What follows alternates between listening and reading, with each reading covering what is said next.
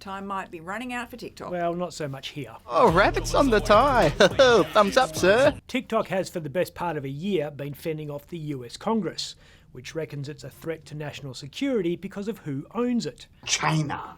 The company thought it was out of the woods when the Biden election campaign joined the 170 million Americans who use the app, Joe Biden being a well-known early adopter of new technology. This world-renowned hub of innovation, leading tech companies. But it turns out that TikTok boss Shou Chew has been outfoxed by the US Congress. America! Yeah! The House of Representatives has passed a bill that gives TikTok owner ByteDance 6 months to sell its stake in the app to a non-China headquartered company.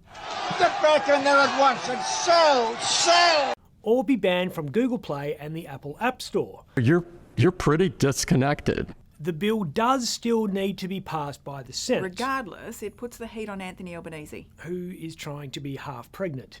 He's banned the app from all government devices on fears the Chinese Communist Party might be using it to gather intelligence in Canberra. Not that you'll find much intelligence on TikTok. Or in Canberra for that matter.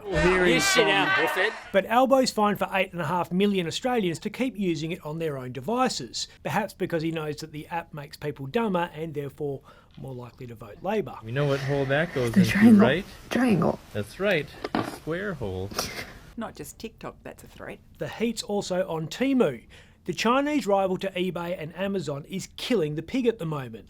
A job made easier with Temu dispatched hunting camos, outdoor wireless trail camera, rifle sandbags, and 12-gauge tactical bullet bags, all of which can be delivered direct from Chinese sweatshops straight to your door. The wildly popular site is seen as another foreign espionage tool because every transaction can be monitored by Xi Jinping. Not that Beijing spies need to monitor apps like Temu or TikTok, they've got a direct line to the Australian Parliament. Or can have a coffee whilst listening to the animated and informative conversations of local intelligence officials. Sounds like Canberra's under siege. Not just from China. Another insidious underworld force is tightening its grip on the nation's capital. And that's my kind of party, the United Australian Party. Not quite as bad as the United Australia or Chinese Communist parties, but close. Apparently outlaw motorcycle gangs are basing themselves in Canberra. Odd location. Attracted by the absence of anti-consorting laws, which means they can actually meet without the risk of gang crime cops busting down the door. ACT Police Chief Neil Gagan said 4 gangs are coming to the Berra where they are, and I quote, discussing club business because they know we can't stop them getting together. Club business like... I think we all know what they're talking about.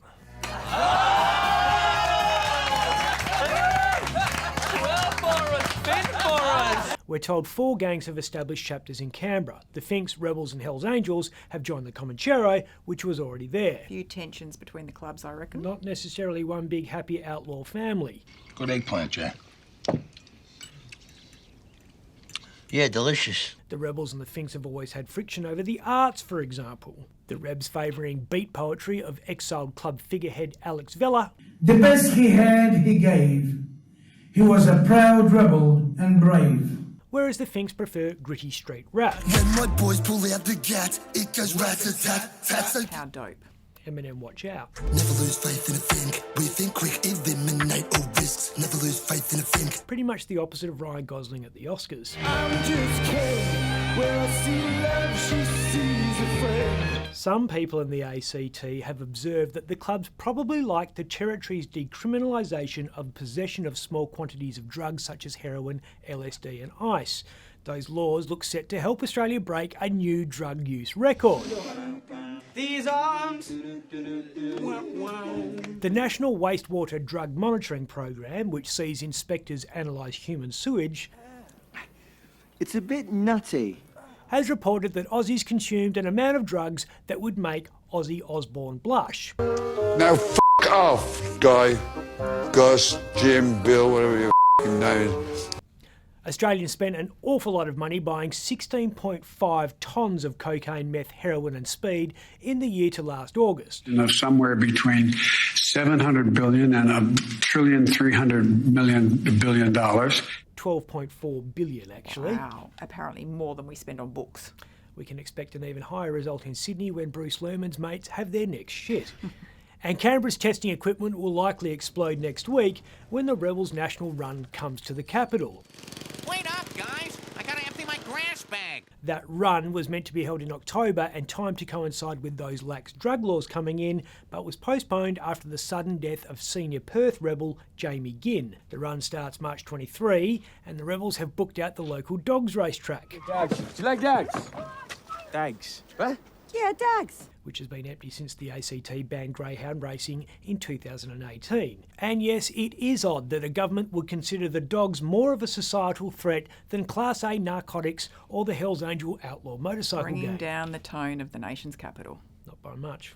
No one ever looked good eating a sausage. I'm Ben Harvey.